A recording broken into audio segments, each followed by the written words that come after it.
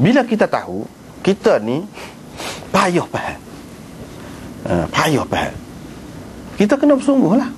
Lebih daripada hak mudah faham tu. Gitulah kira-kiranya.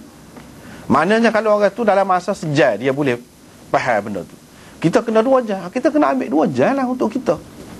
Tak boleh kita nak sejam juga serupa orang hak istimewa saat ni. Maknanya Imam Bukhari nak rayak di sini, kita kena usaha, dan usaha tu sesuai dengan keadaan kita. Kita kena kenal diri kita. Dalam masalah memahami ilmu ni, kalau cergas setara mana pun, bijak setara mana pun, kalau dia usaha kau banyak, masa tu bagi kau banyak, kau molek, tentu dah tu. Tetapi untuk sesuatu perkara saat ni, berbeza orang saat ni. Orang ni kena sejam, dia kena 2 jam. Orang ni sehari, dia kena 2 hari. Maka dia kena terima hakikat itu. Baru boleh dia jadi orang yang lebih serupa dengan hak tadi. Kalau hak tu jadi alim, dia pun jadi alim juga, walaupun dia kurang sikit. Maknanya dia kena faham hak tu. Tak boleh, maknanya tak akan jadi alim. Hak tu boleh faham sehari, dia baca sejam, kita kata. Hak ni dia kena baca 2 jam, dia baca sejam juga. Tak jadi lagu tu. Tak akan jadi sama. Nak suruh jadi sama, dia kena masa saat ni. Usaha tu kena lebih. Sebab apa? Manusia ni Allah SWT bagi kepahaman dia tu tidak sama. Pemahaman dia tidak sama. Berbeza-beza. Itu dari segi usaha kena kita kena ejah lah untuk diri kita. Itu yang kedua. Yang ketiga, Imam Bukhari nak cerita, maksud dia buat tajuk ni, iaitu pemahaman dalam hal ilmu pengetahuan ini adalah sesuatu yang dituntut. Sesuatu yang dituntut, itu yang dikehendaki. Mengaji ni maknanya nak faham. Itu maksudnya. Kalau tak faham, tak ada maksud mengaji. Ilmu-ilmu ni tujuan ngajinya nak faham. Sebab apa? Apabila faham betul, dia akan jadi yakin. Apabila yakin, kita tidak akan teragak-agak mengamalkannya, melaksanakannya. Itu apabila kita yakin. Dengan sebab itu, dia kena faham dulu. Faham dulu. Dan kalau faham yang mendalam pula, lagilah. Tapi nak sampai ke situ, dia kena ada faham dulu. Selapis tu, lapis pertama. Walau bagaimanapun, pemahaman dalam hal ilmu ni adalah sesuatu yang dituntut. Dalam agama, dalam Quran, dalam hadis, adalah sesuatu yang dituntut. Faham tu. Sebab kalau tidak faham, tak ada makna. Benda lain tidaklah dituntut seperti ni, setara ni. Tidak dituntut setara ni. Orang lain lah, kelebihan-kelebihan lain lah dalam dunia memang dituntut juga. Kalau ada kaitan dengan orang lain lah, ada kaitan dengan orang lain. Misalnya kita kata duit lah, duit kita kata, dituntut juga kita mencarinya. Sekiranya kita ada orang lain bergantung dengan kita, kita kena bagi nafkah kepada orang lain. Tapi kalau tidak, tak perlu. Tak ada, sekadar cukup pun tak apa dah. Tapi ilmu tidak gitu. Ilmu tidak gitu. Dan kalau kita kata dari segi harta lah, dari segi duit lah, kalau banyak pun, hasil dia tu kita boleh dapat nikmat untuk tubuh saja.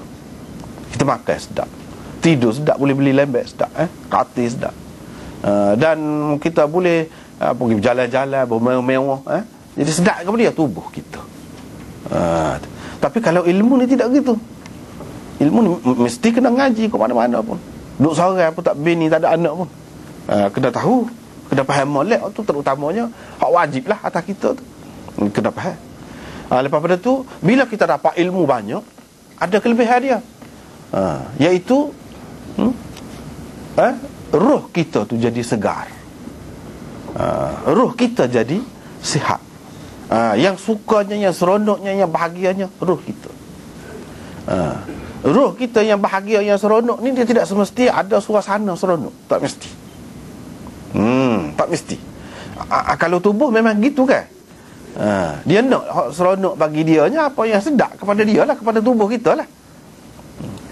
Tapi roh tidak gitu.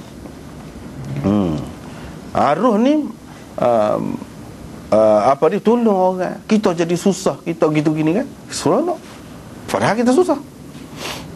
Lebih pada tu lagi, pergi perang tu. Perang ni sakit, luka lagi tu, nyegeliak, patah lah, macam-macam lah. Kudung lah. Mati pun ada. Tapi ruh suka. Dia puas hati. Dia berasa bahagia walaupun dia sakit. Hot tu. Itu pelik. Dia tidak serupa. Dia tidak serupa. Dengan sebab itu, ini dituntut. Mencari ilmu, memahami ilmu ni adalah sesuatu yang dituntut.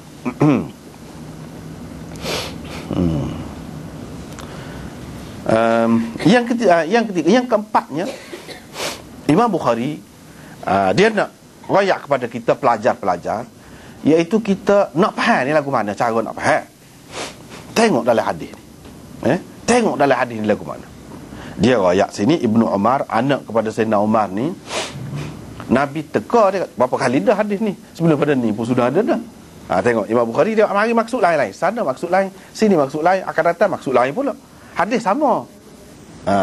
Dia bukan nak mengemukakan hadis lain-lain, maksud dia tidak. Dia nak royaknya satu hadis tu kita macam-macam boleh faham. Banyak sangat mutiara di dalamnya yang kita boleh keluarkan. Macam di sini, jadi kaedah ataupun teknik nak faham tu lagu mana. Nak faham ni, tengok hadis, kata dia. Kalau hadis kita tengok, Ibnu Umar, Abdullah bin Umar duduk dalam satu majlis dengan Nabi SAW. Di situ ada ramai lagi sahabat-sahabat Nabi yang lain, hak tua-tua, hak besar-besar, ada sekali. Dia pun, Nabi SAW pun tanya, sebab dululah agapa, pokok agapa dia serupa dengan orang Muslim perbandingannya. Jadi ini dalam riwayat ringkas. Dalam riwayat yang lain, dalam Bukhari ini juga ada akan sebut, iaitu pada ketika itu orang buat pergi umbuk kepada Nabi SAW. Umbuk pokok kurma. Umbuk kan, kalau kita ni musim bawah ni dah umutnya kan. Tempat kita ni umutnya sedap umbuk tu. Jadi zaman Nabi tu pun umbuk tu makan. Cuma dia tidak nyalah. Dia kurma. Orang buat pergi umbuk, Nabi SAW pun makanlah. Tengah-tengah tu dia tanya. Dia tanya. Itu Imam Bukhari nak ayat. Tengok Ibnu Umar ni, dia cerdik. Kita baca, jangan baca gitu saja. Kena tengok di atas getek, kena tengok bawah getek, kena tengok sebelum pada ni, kena tengok bab dia. Kena tengok kiri kanan tu, kena tengok. Jangan tengok depan tu saja. Jangan gitu. Kena tengok banyak perkara. Mungkin ada isyarat-isyarat dia di sekeliling, di dekat-dekat tu. Macam ni ada isyarat, iaitu orang buat pagi umbuk tu, Nabi pun duduk makan. Tu isyarat tu. Begitu juga kita baca, kita kena faham hak tu. Jangan ambil satu ayat tu saja, perhati ayat tu saja, tak boleh lagu tu. Nak faham, dia kena tengok sebelum pada tu, kena tengok selepas pada tu. Mungkin kena tengok, kalau sekarang ni buku lain pula, buku lain, tapi ada kena mengena dengan buku tu, huraian atas buku tu ke pula. Soalan kau dibuat untuk menjawab persoalan dalam buku tu, ada kaitan lah. Ya, ada kaitan. Itu caranya untuk kita faham. Kalau kita nampak depan tu saja, tak boleh. Tak boleh. Dia kena perhati belakang. Sejauh mana yang kita boleh perhati, kita kena perhati. Kita kena perhati. Barulah kita akan dapat faham dalam ilmu tu. Itu caranya. Itu Imam Bukhari cerita cara di sini, cara nak faham lagu mana. Tengok sahabat buat lagu mana. Walaupun dia kecil, tapi dia lebih daripada orang lain dari segi mana? Dia liar. Kalau kita Kelantan ni kata liar. Liar. Liar ni mana orang lain tak nampak, dia nampak. Sebab ada isyarat-isyarat, ada tanda-tanda dia. Gapo-gapo pun dia kena liar tu ada. Bahasa kita kata liar. Menego ko, berpolitik ko, dia kena liar. Kalau tak liar tak boleh. Dah kat orang. Dah kat orang. Kalau liar, kita boleh lebih daripada orang lain. Ilmu pun lagu tu juga. Ilmu pun lagu tu juga. Itu dia nak bayar. Padahal hadis ni sudah berapa kali dah. Dan hadis ni juga dalam riwayat yang panjang ini, riwayat yang ringkas, dia sebut Allah kelik tu, dia sebut ke ayah dia. Sebenarnya dia kata, kita telitah dah tadi. Kita nampak dah maksudnya pokok kurma, pokok tu. Tapi dah ingat gini-gini, moga orang ramai, orang tua-tua ada situ, jadi takut lebih-lebih pula budak, kata dia dah. Ayah dia pun kata, kalau mu royak tadi, ayah berasa bangga, berasa bangga, berasa bertuah benar, makna boleh anak cerdik.